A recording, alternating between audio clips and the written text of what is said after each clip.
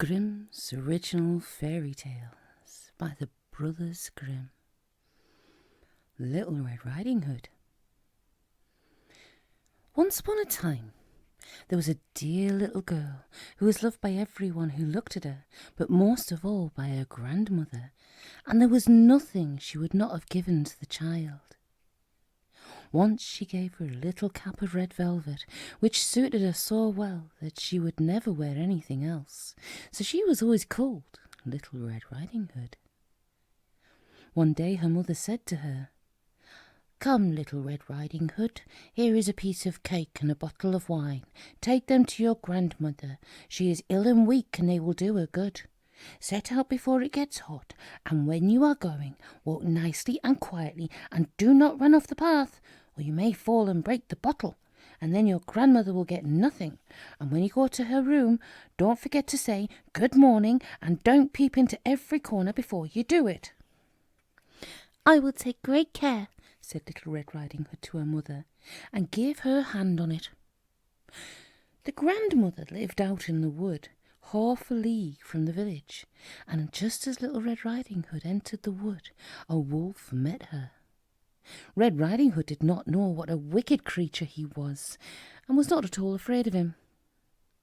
"Good day, Little Red Riding Hood," said he. "Thank you kindly, Wolf." "Whither away so early, Little Red Riding Hood?" "To my grandmother's." "What have you got in your apron?" "Cake and wine. Yesterday was baking day, so poor sick grandmother is to have something good to make her stronger." "Where does your grandmother live, Little Red Riding Hood?" "A good quarter of a league farther on in the wood. Her house stands under the 3 large oak trees. The nut trees are just below. You surely must know it," replied the Little Red Riding Hood.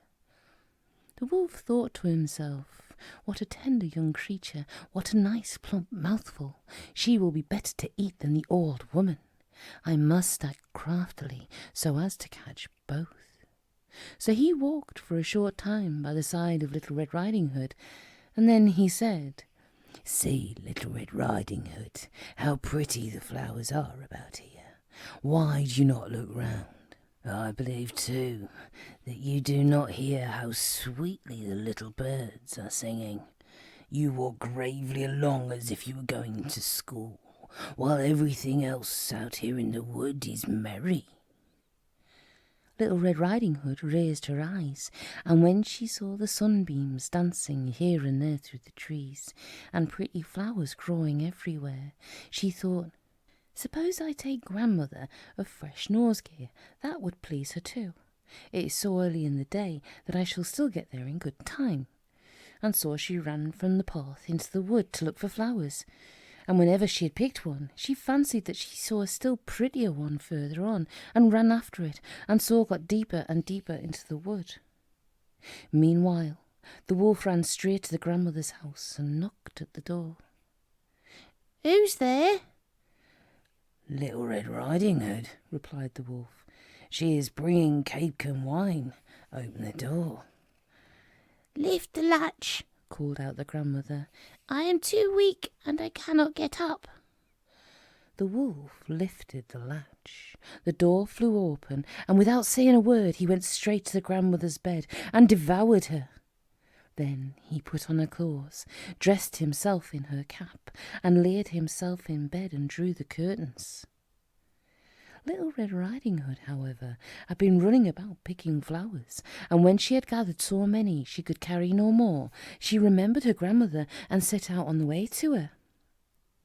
She was surprised to find the cottage door standing open, and when she went into the room she had such a strange feeling that she said to herself, "Oh dear, how uneasy I feel today, and at other times I like being with grandmother so much." She called out, "Good morning," but received no answer. She went to the bed and drew back the curtains. There lay her grandmother with her cap pulled far over her face and looking very strange. "Oh, grandmother," she said, "what big ears you have!" "The better to hear you with, my child," was the reply. "But grandmother, what big eyes you have, she said. The better to see you with, my dear. But grandmother, what large hands you have. The better to hug you with. Oh, but grandmother, what a terrible big mouth you have. The better to eat you with. And scarcely had the wolf said this, than with one bound he was out of bed and swallowed up Red Riding Hood. When the wolf had appeased his appetite, he lay down again in the bed and fell asleep and began to snore very loud. The huntsman was just passing the house and thought to himself, "How the old woman is snoring. I must see if she wants anything." So he went into the room, and when he came to the bed, he saw that the wolf was lying in it. "Do I find thee here, old sinner?" said he. "I have long sought thee." Then, just as he was going to fire at him, it occurred to him that the wolf might have devoured the grandmother, and that she might still be saved. So he did not fire, but he took a pair of scissors and began to cut open the stomach of the sleeping wolf. When he had made 2 snips, he saw the little Red Riding Hood shining, and then he made 2 snips more, and the little girl sprang out crying, "How frightened I have been! How dark it was inside the wolf!" And after that the aged grandmother came out alive also, but scarcely able to breathe. Red Riding Hood, however, quickly fetched great stones with which they filled the wolf's body, and when he awoke he wanted to run away, but the stones were so heavy that he fell down at once and fell dead. Then all 3 were delighted. The huntsman drew off the wolf's skin and went home with it. The grandmother ate the cake and drank the wine which Red Riding Hood had brought, and revived. But Red Riding Hood thought to herself, "As long as I live, I will never by myself leave the path to run into the wood when my mother has forbidden me to do so."